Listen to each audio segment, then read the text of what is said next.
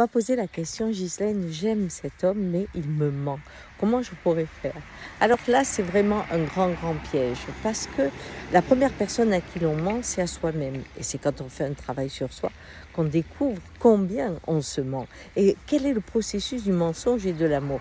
Eh bien, très souvent, quand on rencontre quelqu'un, on a l'impression que si on lui donne ce qu'il veut, eh bien, il va nous aimer passionnément. Et donc, il y a un personnage, le personnage de l'amoureux qui s'exprime au début.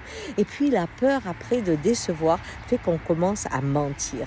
Et on ment sur ce que l'autre ne pourrait pas entendre, ou ne pourrait pas vivre, ou ne pourrait pas voir, ou ne pourrait pas comprendre. Tout ça pour pouvoir garder la relation. C'est pour ça que c'est extrêmement pervers, parce que en fait, l'amour que l'on ressent sur la part de soi qu'on a osé exprimer, eh bien enferme définitivement celle qu'on appellera l'ombre et qui pourrait nous séparer. Vous voyez, les histoires d'amour et les mensonges sont très compliquées. Et je pourrais en parler beaucoup plus. Mais ce matin, je voulais juste vous faire réfléchir là-dessus.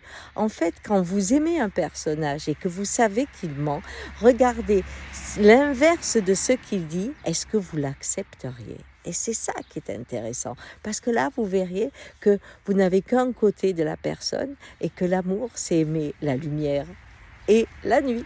Ciao!